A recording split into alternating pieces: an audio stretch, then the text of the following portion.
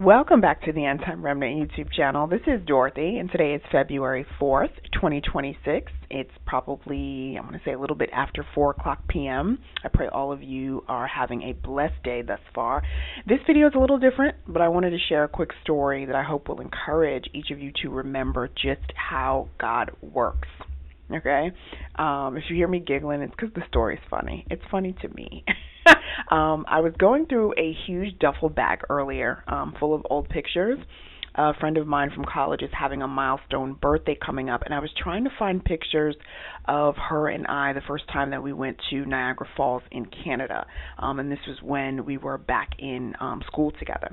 So I found those pictures, but in the process I also came across a few pictures from a very specific day in high school during my senior year, and they immediately took me back to that day. What a funny story.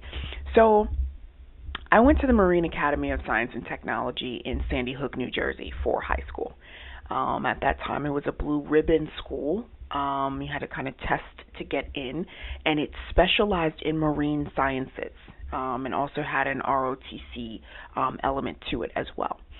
The entire school probably had about 250 students during that time. So, give or take, I don't know, maybe 60, 65 students per graduating class. My graduating class was made up of a bunch of people representing different districts. So normally when you have a particular high school, the vast majority of the students who go to that school all live in the same town or at least a neighboring town, right? Well, the people in my school were all from different counties, all from different cities throughout New Jersey. In fact, I didn't have anyone in my same graduating class that came from my same town. Okay, hopefully I'm not losing you because this is an important detail to give you. The way the bus system was set up, there was a school bus allotted to all of these different towns, and that's how we got to our school each morning. So from Fairhaven, New Jersey to Sandy Hook, New Jersey every morning, it probably would take us like maybe 35 to 45 minutes to get to school every morning. It wasn't a game. I didn't live anywhere near my school campus. Okay. What else can I tell you? So the vast majority of us took the bus to school, all 4 years of high school. But one of the things that I noticed is that when we all became seniors, a lot of the people, the vast majority of people in my class, got their licenses and they got cars.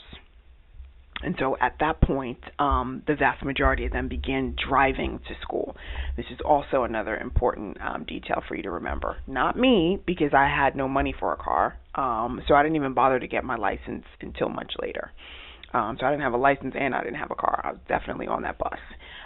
So our senior year class trip was to New York City for a taping of the Maury Povich show.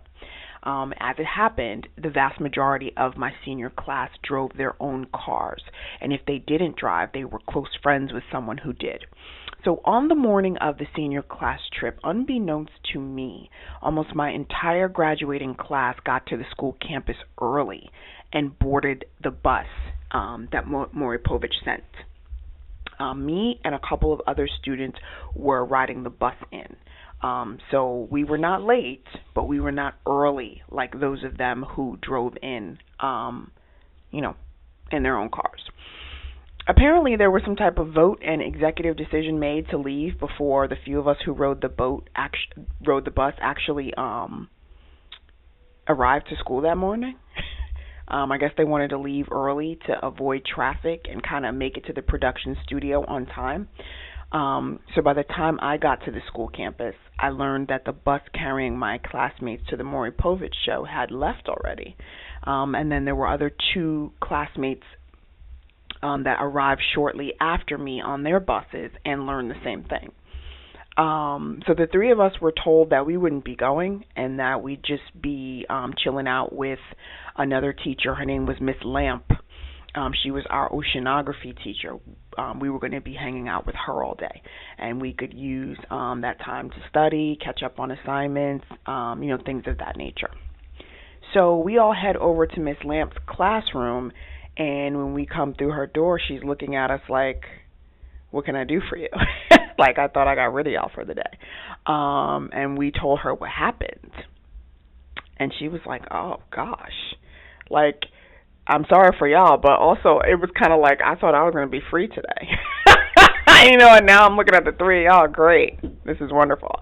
Honestly, I was literally in shock, but I was cool. Like, I wasn't like flailing around, flipping out, yelling, irritated to the point where, it was drama for me. I just thought, wow, like, that's crazy work. Like, how do you even do something like that, right?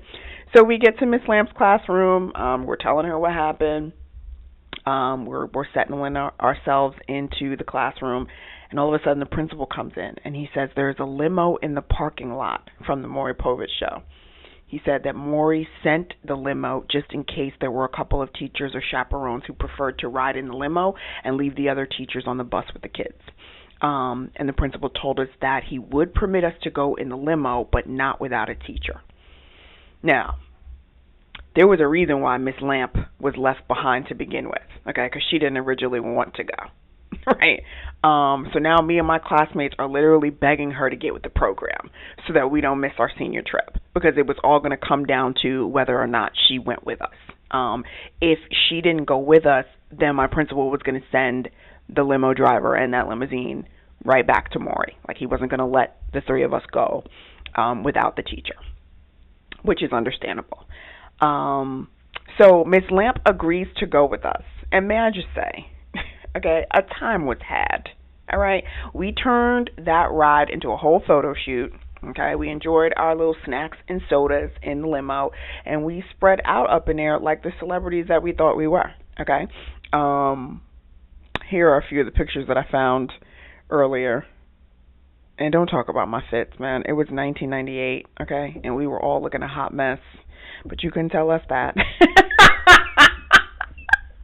So when we got to Maury Povich's studio, the limo pulled right up to the front.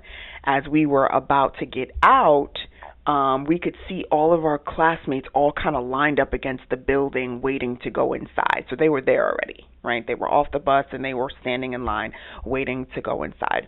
The limo driver came around to open the door for us, and Miss Lamp, our teacher, was like, make sure you give them all the queen wave.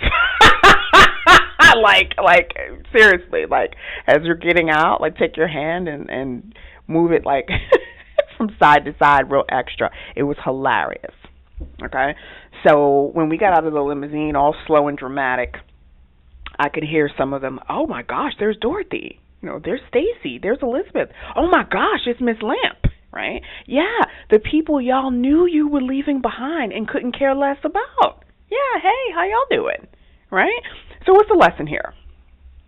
Sometimes people make moves and decisions in an attempt to block your blessings while furthering their own personal agendas. You know what I mean? Do I think they sat and had a meeting saying, how can we leave Dorothy? How can we leave Stacy? And how can we leave Elizabeth? No. But I do think they sat and thought to themselves, all of the important people are here. All the people with cars are here, and we don't want to get stuck in any type of traffic. Let's keep it moving. Like, we're not trying to sit here and wait for these three. They're not important enough to wait for, bottom line. But God, you hear what I say? But God. God always comes with the checkmate, and he does it in a way that only he can. Okay? Because the truth of the matter is, Maury could have sent a second bus or a smaller van, but Maury sent a limo. You hear what I say? God will make sure you have everything purposed for you, and he is able to do exceeding abundant above all that you can ask or think. That's that Ephesians 3:20 for you. Okay, my two classmates and I were all ready to spend the day at school, miss the senior trip, and just have to eat that due to some extremely unfair and inconsiderate circumstances. But God not only made a way for us to go, right, but he made a way for us to go in style and in comfort. And when we arrived, right, at the perfect time, right, for all of the people who left us behind to see that we arrived, despite what they'd done. You feel me? It was definitely giving what the enemy meant for evil, God turned around for my good. Man, listen, I had me a good laugh earlier this morning, and I definitely wanted to share it with you. Don't forget who God is. Don't forget what God can do. And don't forget that what is for you, you will not miss. You know what I say? If it's for you, you will not miss it. What the enemy meant for evil, God has a way of turning it around for your good. Okay, so that's all I have for you on this video, and God willing, I'll see you next time.